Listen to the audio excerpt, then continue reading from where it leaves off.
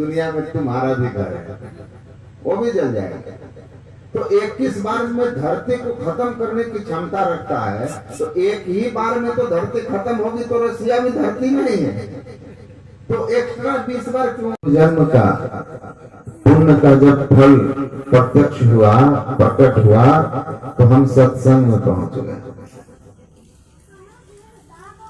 और जीवन का शुभ दिन और शुभ घड़ी यही है कि जब हम सत्संग में, यही हमारे जीवन का सबसे बड़ा शुभ दिन है, यही हमारे जीवन की सबसे बड़ा शुभ घड़ी है।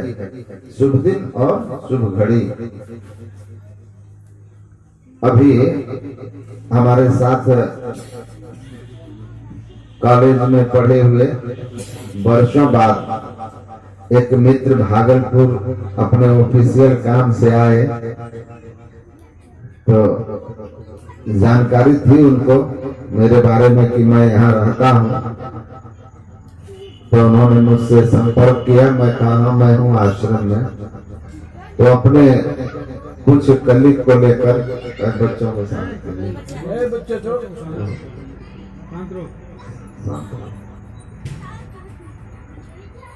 अपने कुछ कलीग के साथ आश्रम है।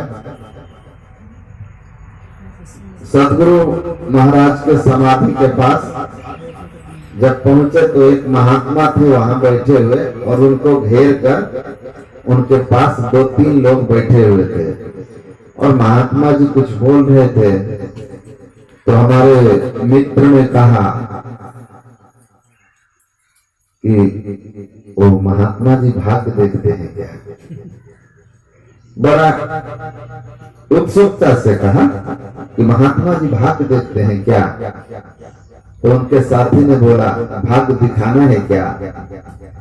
तो कहता है कि हाँ भाग्य, हाँ हाँ दिखा लेते, बड़ा कठिन परिश्रम करके प्रगति उस अनुपात में नहीं हो रहा है, तो थोड़ा दिखा लेते। तो हमारे तरफ मुड़ा, कहा आप भी देखते हो? हम बोले क्या? बोला भाग्य। हम बोले नहीं नहीं, वो महात्मा जी भाग्य नहीं देख रहे, ये महात्मा का आश्रम है, संत का आश्रम है। यहाँ हम लोग किसी का भाग्य बताते नहीं, हम किसी का भाग्य बताते नहीं है, यह भाग्य बताने का जगह नहीं है। तो बोला, तो मैं बोला ये भाग्य बनाने का जगह है, श्री सद्गुरु भाग्य बनाने का जगह है। आगम कहे न संत भरेड़िया कहत है। जो महात्मा, संत महात्मा जो होते हैं, वो भविष्य नहीं बताते, ये ज्योतिष का काम है। संत का वाणी कह रही है कि आगम कहे न संत भरेड़िया कहत है। संत न औषध देत वैद्य का काम है। गुरु महाराज कहते थे, अगर आप ऐसा समझते हैं कि मैं आपको पुत्र होने का या पेट दर्द का आपको दवा बताऊंगा, तो आप कहीं और जाइए। मैं आपको वह बताऊंगा जिससे आपके सारे रोग की जड़ ही समाप्त हो जाएगी, वह है बार बार देह धारण करना। क्योंकि जब देह धारण करोगे तो आत्मा जब शरीर के संग होती है, तब उसको दैहिक दैविक भौतिक ताप होता है। मैं आपको ऐसी दवा बताऊंगा कि जिससे पुनर्जन्म ही नहीं हो, सारे रोग की दवा। भवरोग सबसे बड़ा रोग, उसकी दवा बता दिया तो जो रोग आपको है वो सब अपने आप चला जाएगा। तो मैंने कहा कि ये काम हम लोगों का नहीं है, भाग्य कौन बताते हैं? ये ज्योतिषी का काम है, संत भाग्य बताते नहीं है। तो पलटू लिखा नसीब का संत देते हैं फेर। संत ये काम करते हैं। भाग बताते नहीं, भाग्य बदल देते हैं, भाग बना देते हैं, भाग बना देते हैं। कांटों फंदा कर्म का जो कोई मेरा हो, और उलटी लिखी तेरी भाल में सच मेट सके ना कोई। परंतु सब कहते हैं एक बार तुम मेरे होके तो देखो, दुनिया में सबके होकर देख लिया, भाग्य तुम्हारा नहीं बदला, जीवन से दुख तुम्हारा नहीं गया। एक बार मेरे होके तो देखो, एक बार मेरे तो होकर के देखो, उलटी लिखूं जो लिख दिया है, जो लिख दिया है किसने? ब्रह्मा ने। उसको मिटा करके लिख सकता हूं, और लिखता हूं जो मेरे शरण में होते हैं। और जब आप ग्रंथों को पढ़ेंगे तो आपको लगेगा, आपको मिलेगा कि हाँ, मार्कंडेय पुराण में मार्कंडेय जी अल्पायु जन्म लेते हैं, वरदान ही ऐसा मिलता है, पिता को ज्ञात है कि अल्पायु संतान है, तो कहा कि इसको दीर्घायु करने का कोई उपाय? कहा जो संत महात्मा आते हैं, जो भी आपके यहाँ आए बड़े लोग, उनसे इनको प्रणाम करवाइए। अब बड़े लोगों को प्रणाम करेगा, उनकी शुभकामनाएं इसको मिलेगी। और कहानी बहुत लंबी है, शास्त्र में लिखा भी है कि जो शीलवान होते हैं, विनयी होते हैं, नित्य बूढ़ों बुजुर्ग को, श्रेष्ठ पुरुषों को प्रणाम करते हैं, उनका 4 चीज बढ़ जाता है, आयुर्विद्या यशोवन, उसकी आयु भी बढ़ जाती है। तो कहा कि इसको प्रणाम कराइए, तो सबको प्रणाम कराते थे। सब दीर्घायु, बच्चा को कौन सा आशीर्वाद आदमी देता है? दीर्घायु होगा, दीर्घायु होगा, सब आकर के दीर्घायु होगा, दीर्घायु होगा कह रहे थे। ऐसे ही हुआ, एक दिन सप्तऋषि आ गए, उनको भी प्रणाम किया और उन्होंने भी कह दिया दीर्घायु होगा। और जब दीर्घायु होगा उन्होंने कह दिया, तो कहानी लंबी है, लेकिन अंत में है कि ब्रह्मा जी ने कहा भाई संत ने दीर्घायु भवा का आशीर्वाद दिया है, तो इसको दीर्घायु तो करना ही हो। अब बहुत लंबी आयु हो गई मार्कंडेय जी की। तो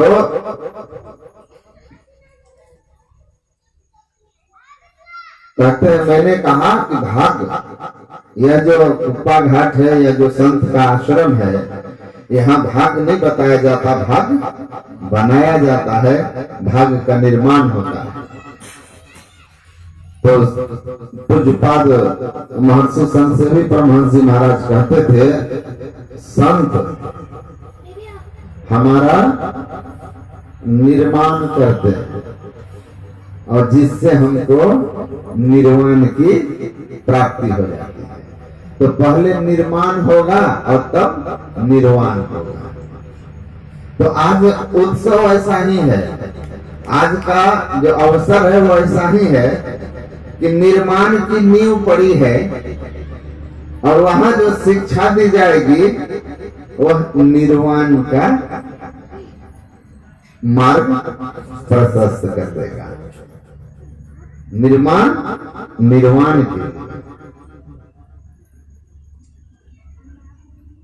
तो हम लोग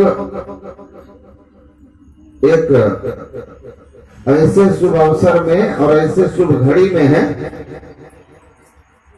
जहां संतों के सद्ज्ञान को सुनने का शुभ अवसर मिल रहा है। और जो विद्यालय बन रहा है वो गुरुकुल की उसी परंपरा पर है।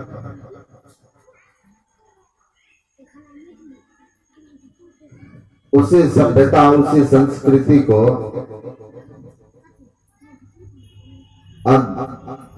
आधुनिक विद्या के साथ साथ आपके बच्चे यहाँ सीखेंगे। मैं एक विद्यालय में था, सत्संग के कार्यक्रम में, जिला अधिवेशन में रुका हुआ, वहां दीवार पे लिखा हुआ था सा विद्या या विमुक्त। मैं सोचा थोड़ा टेस्ट करूं, लिखने वाले तो यहीं बैठे होंगे ना, लिखवाने वाले यहीं बैठे होंगे, थोड़ा इनको टेस्ट करना चाहिए। तो ऑफिस में 7-8 टीचर थे, तो मैं गया और कहा कि ये सामने दीवार पर लिखा है सा विद्या या विमुक्त, इसका क्या अर्थ है सर? सा विद्या या विमुक्त, इसका क्या अर्थ है? तो विद्या वह है जो मुक्त करती है। हम बोले ये तो भाव नहीं हुआ ना, ये तो शाब्दिक अर्थ है, थोड़ा समझाइए इसको। क्या मुक्ति, क्या विद्या, कौन सी मुक्ति? तो उनमें से किसी को नहीं ज्ञात था। हम बोले यही विद्या का लक्ष्य रहा है हमारे यहाँ। हमारे यहाँ विद्या का यही लक्ष्य रहा है कि सा विद्या या विमुक्त है, लेकिन लिखा तो गया है, जब पढ़ाने वाले को ही नहीं पता है तो पढ़ाएंगे क्या कि सा विद्या या विमुक्त है? तो विद्या वह है जो मुक्त करे। मुक्ति किसको बोलते हैं? मुक्ति किसको कहते हैं? जैसे ही बात होती है कि सा विद्या या विमुक्त है, तो इसका मतलब यह है कि हम बंधन में पड़े हुए हैं। मुक्ति की बात तभी हो रही है जब बंधन है। भोजन की बात हम क्यों कर रहे हैं? क्योंकि भूख है। भोजन की चर्चा इसलिए हो रही है कि भूख है। जल की चर्चा क्यों करते हैं? क्योंकि प्यास है और उसकी जरूरत जल है। वैसे बंधन है तो उसकी इसलिए चर्चा हो रही है मुक्ति की। तो पहले बंधन को जानो। महावीर स्वामी कहते थे कि बंधनम परिजानिया, पहले बंधन को जानो तो मुक्ति की बात होगी। तो बंधन क्या है? सदगुरु कहते हैं, शास्त्र कहते हैं, शरीर और संसार में आपका बंध जाना, आपका फंस जाना। आप कौन? आप कौन? शरीर है। आप शरीर हैं। आप शरीर में रहने वाली चेतन आत्मा है। आप इस शरीर और संसार में बंध गए हैं, जिसके कारण आपको बार बार जन्म और मरण के चक्र का दुख भोगना पड़ता है। आवागमन सम दुख दूजा है नहीं जग में कोई।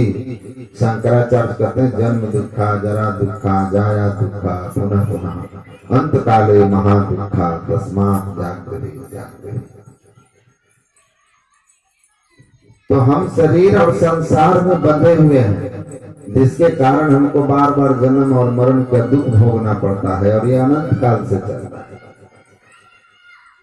इसी से मुक्त हो जाने को मुक्ति कहते हैं, और इसी के ज्ञान को, इसी शिक्षा को जिससे मुक्ति हो जाए, विद्या है। इसीलिए धनबाद वाले विद्यालय में जो हमारे संजीव बाबू के ऑफिस में लगा हुआ है, गुरु महाराज का तस्वीर के साथ उनकी वाणी, वहां साफ साफ गुरु महाराज की वाणी उद्धृत है कि ज्ञान क्या है। वो कहते हैं अपने आप को जिससे जाना जाता है, आत्मज्ञान ही ज्ञान है, बाकी सब अज्ञान है। बाकी सब अज्ञान है, आत्मज्ञान ही ज्ञान है। तो हम इस शरीर में, इस संसार में बंध गए हैं, और जिसके कारण हमारा जन्म और मरण अनंत काल से हो रहा है। एक शरीर होता, एक शरीर होता तो इस शरीर के साथ हमारी कहानी बंधन की खत्म हो जाती, लेकिन एक शरीर के बंधन में हम नहीं हैं। जैसे जाड़े में स्वेटर के नीचे कुर्ता, उसके नीचे इनर, तब जा करके शरीर है, उसी तरह एक शरीर के अंदर शरीर है, 4 शरीर, और तब कोई नहीं बोलेगा।